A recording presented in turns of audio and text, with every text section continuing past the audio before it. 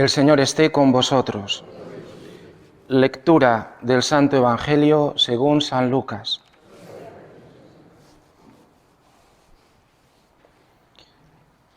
En aquel tiempo dijo Jesús a sus discípulos: He venido a prender fuego a la tierra, y cuánto deseo que ya esté ardiendo. Con un bautismo tengo que ser bautizado, y qué angustia hasta que se cumpla. ¿Pensáis que he venido a traer paz a la tierra? No, sino división.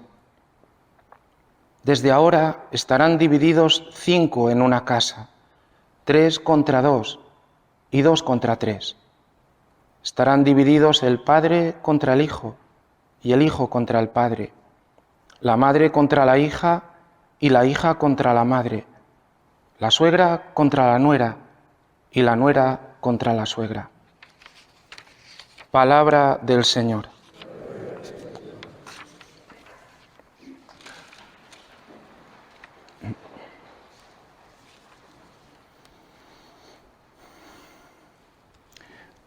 María, la hermana de Marta y de Lázaro, se sentaba a los pies de Jesús para escucharle hablar. Ojalá que todos nosotros estemos aquí también como María, deseosos de escuchar a nuestro Señor, deseosos de recibirlo dentro de nosotros, como niños que se asombran una y otra vez de la palabra que el Señor nos transmite. Corremos todos el peligro de pensarnos demasiado grandes y sobre todo cuando recibimos enseñanzas. A veces nos resistimos, no queremos que nadie nos diga cómo tenemos que ser ni qué debemos hacer.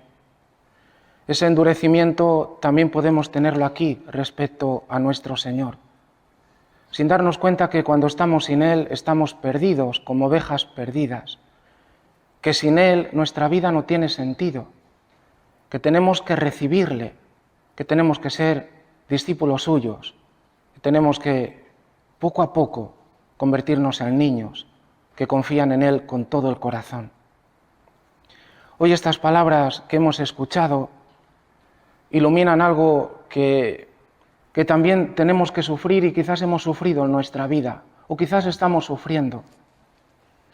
El hecho de darnos cuenta que no somos tierra buena, que quizás somos tierra pedregosa. Dice Jesús que el sembrador siembra, pero que hay una parte que cae entre piedras. Y dice, y estos son los que reciben con alegría la palabra. Si es que yo la recibo con alegría, hay un cierto fuego, este fuego que habla Jesús, un cierto fuego lo siento. Es verdad, esto viene de otro lugar, esto me llena de alegría.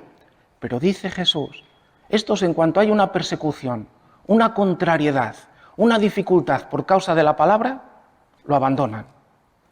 Hoy nos habla de esto, porque es un escándalo y nos podemos escandalizar, queridos hermanos, que por seguir la voluntad de Dios, que por ser fieles a Jesús, las cosas nos vayan mal.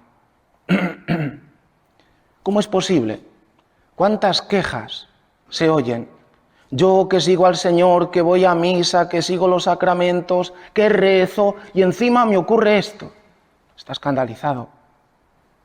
Todavía no conoce mucho a Jesús. Ya ha pensado que por seguir a Dios va a estar protegido de todas las cosas. Va a estar en una cúpula de cristal, en un paraíso, en este mundo, donde no le va a ocurrir ningún mal. Todo va a estar bien y todo le van a aplaudir. Y Jesús no nos ha prometido en este mundo el paraíso. Aquí nos ha prometido, y mejor, nos ha profetizado persecuciones, dificultades, incluso podría ser la muerte, si seguimos el Evangelio y seguimos su palabra, si seguimos su persona. Daros cuenta, Jeremías, el pobre, dice que cuando era muy joven, unos 20 años, dice que la palabra de Dios penetró en su alma de tal modo que es que le ardía por dentro, es que no podía, se sintió de tal modo seducido que no podía hacer otra cosa que seguirle. Pero dirá Jeremías, y desde que te he seguido, lo único que encuentro es siempre, una y otra vez, persecución, burlas. e incluso un sufrimiento atroz. Hoy lo vemos un poco. ¿Sabéis por qué es perseguido Jeremías? Porque Jeremías ha dicho, Jerusalén está rodeada por los ejércitos de Nabucodonosor. Y Jeremías les ha dicho, es que estáis haciendo mal, no tenéis que resistiros, tenéis que hablar con Nabucodonosor y ceder a lo que os diga. Va a respetar la ciudad, va a respetar el templo, no moriréis. Pero se han visto con esto, estos que son los gobernantes, dice, ¿cómo es posible que nosotros estando con Dios nos vamos a resistir? Dios nos va a dar la victoria. Dice Jeremías, os equivocáis. De ahí que comienza así. Sus palabras están haciendo que la fuerza de los soldados decrezca. No tienen ganas de combatir. Hay que meterle, hay que destruirle. Y Jeremías se siente aplastado. Diríamos como si Dios lo hubiese abandonado. Acordaos el grito de Jesús, que es el grito de todos los que queramos seguir a Dios. De todos los que queramos entrar en este corazón misericordioso que nos ha amado hasta el extremo. El grito de Jesús. Elí, Elí, lama sabactani. Donde uno llega a gustar el abandono de Dios. Y Jesús lo gusta porque ha tocado el centro del corazón del hombre. El centro del corazón del hombre está abandonado por causa del pecado, pero lo toca para decir hasta ahí llega Dios. Ya nadie se puede sentir abandonado, porque Jesús ha llegado hasta lo más profundo de cualquier abandono, de cualquiera que esté y se sienta abandonado por todos y por todo. Que no es verdad que está abandonado, hoy lo deja entrever también la lectura. Este Bet-Melech, este siervo del rey, que intercede y que va a sacar a Jeremías de este lodazal, para darle también lo suficiente para que pueda vivir, el suficiente alimento. Jesús, que va a sufrir incluso la muerte, y muerte de cruz, no va a ser abandonado por Dios. Le va a resucitar de entre los muertos. Dios jamás nos abandona, pero puede ser un escándalo. ¿Cuántos son los que dicen que no siguen a Jesús? Porque es que cada vez que le siguen les va peor. ¿Será por otra cosa, queridos hermanos? Es por otra cosa, que también tenemos hoy que estar abiertos a esto. Si seguimos a Jesús, si seguimos a Dios, de repente se ilumina en nuestra vida un gran misterio. Un misterio. Y decimos misterio no porque no lo desvela, sino porque supera nuestra inteligencia. Dios se ha desvelado como amor, pero es un misterio de amor. Es decir, supera mi capacidad, yo no le puedo controlar. Esta siempre es más de lo que yo pienso, más de lo que yo espero, más de lo que yo deseo. Es este misterio. Pues hay otro misterio, que en cuanto seguimos a Jesús, inmediatamente se desvela en nuestra vida. Es el misterio del que está hablando también esta segunda lectura. Es el misterio de la iniquidad. Si seguimos a Jesús, inmediatamente hay luz en nuestra vida. Tú quieres el bien y te das cuenta que hay algo que no va. No van ni los que están a tu lado, que no les gusta que seas así. ¿Cuántos están siendo perseguidos? ¿Cuántos abuelos? ¿Cuántos jóvenes? Jóvenes que están viniendo aquí porque sus padres no quieren saber nada de la iglesia. Pero hoy en día hay jóvenes que están viniendo ya de vuelta de todo y están viniendo a la iglesia y están esperando que nosotros seamos sal y luz para ellos. Porque ya vienen después de los 12 años, 13, 14, 15, 16, 18, están hartos de todo. Les habían prometido, como se suele decir, el oro y el moro. Y se quedaron sin oro y sin moro. Se quedaron vacíos totalmente, destruidos por dentro. Y cuando vienen aquí se les ilumina que hay un misterio, el misterio de la iniquidad. Que la vida se convierte entonces en algo que yo no me había dado cuenta. Y es que es un combate contra el pecado y contra el mal. Esto es lo que a nosotros quizás nos extraña. Que tú que optas por el bien, encuentres en tu vida que existe el mal. Que existe el mal. Tú pensabas que no, que todo esto, esta vida, lo que nos ha dicho el Señor, es un poco un cuento de hadas. No es un cuento de hadas, hermanos. No lo es. Estamos en un combate tremendo.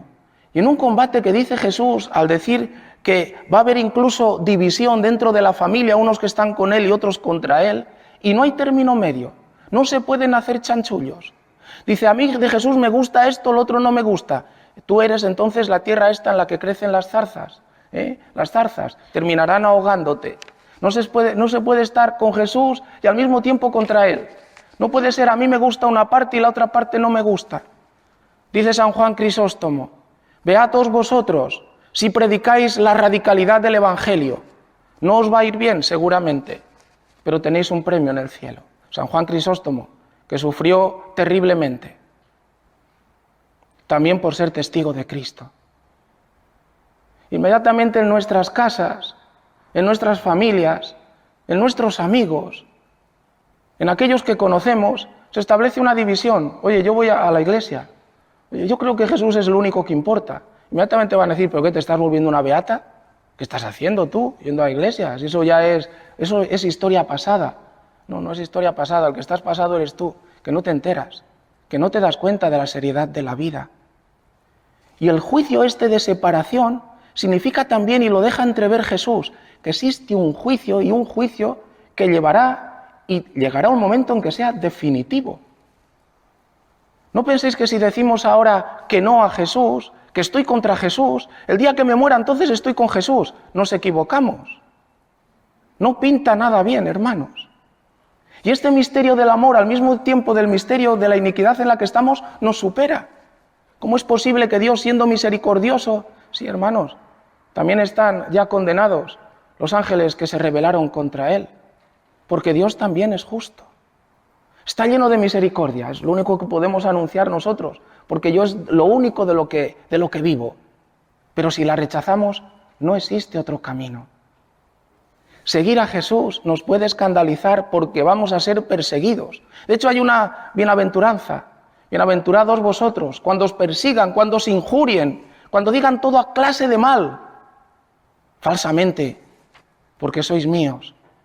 Y dice Jesús, entonces alegraos y regocijaos. Qué difícil es cuando alguien nos dice, pero tú eres cristiano, vete de aquí, no te quiero ni ver. Qué difícil es alegrarse. Pues dice Jesús, te tendrías que alegrar, porque estás conmigo, yo estoy de tu parte, yo soy el que te defiendo.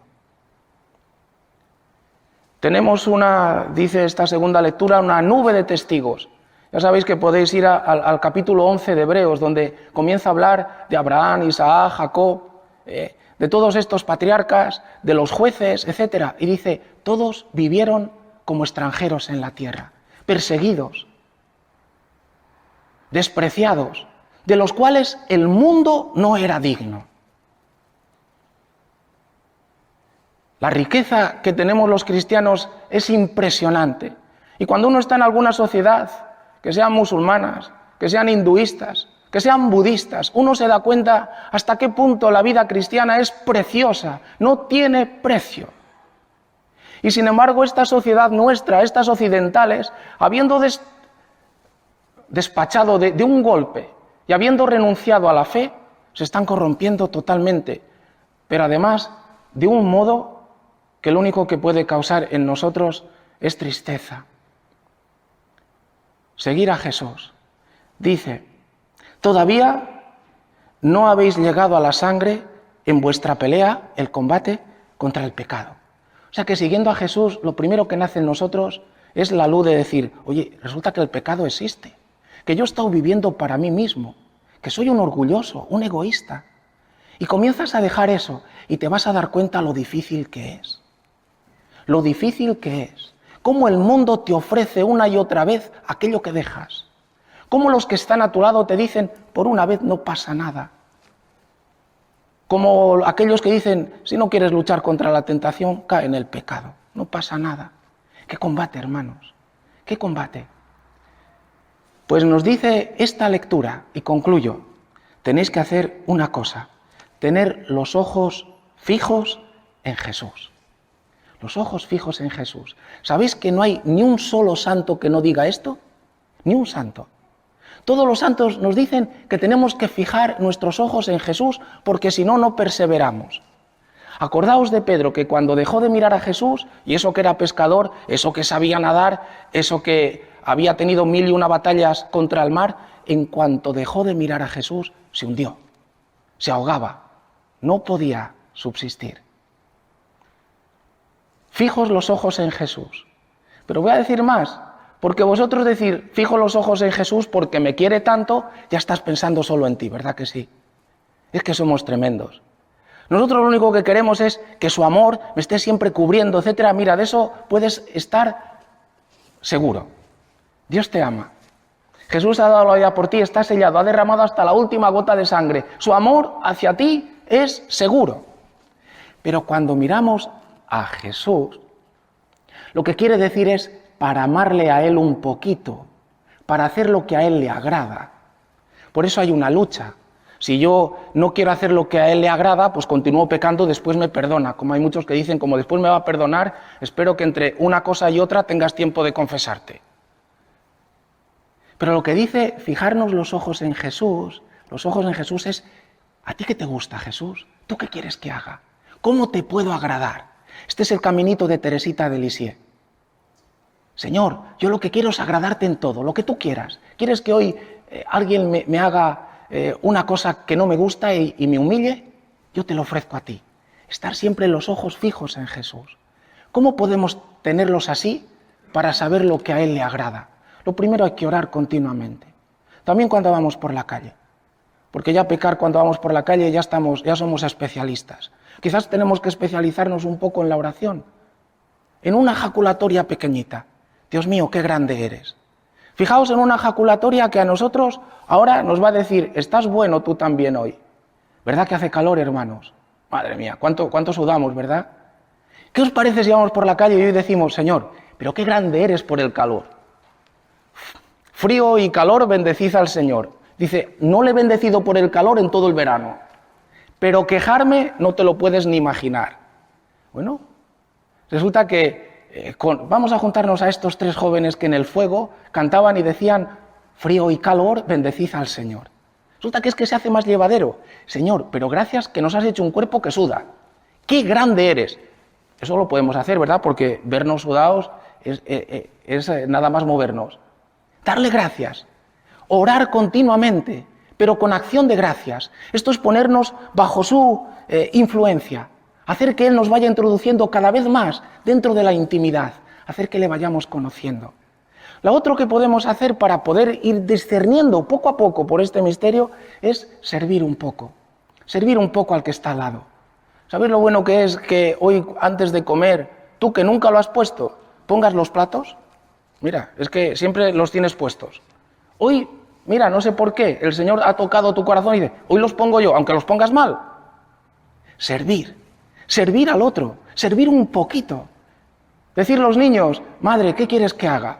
Y lo poco que puedas hacer, hazlo y decir, Señor, por ti, porque sé que quieres que sirvamos. Tú no viniste a ser servido, sino a servir. Enséñame a servir, siempre aprendiendo. Nunca lo hacemos del todo bien.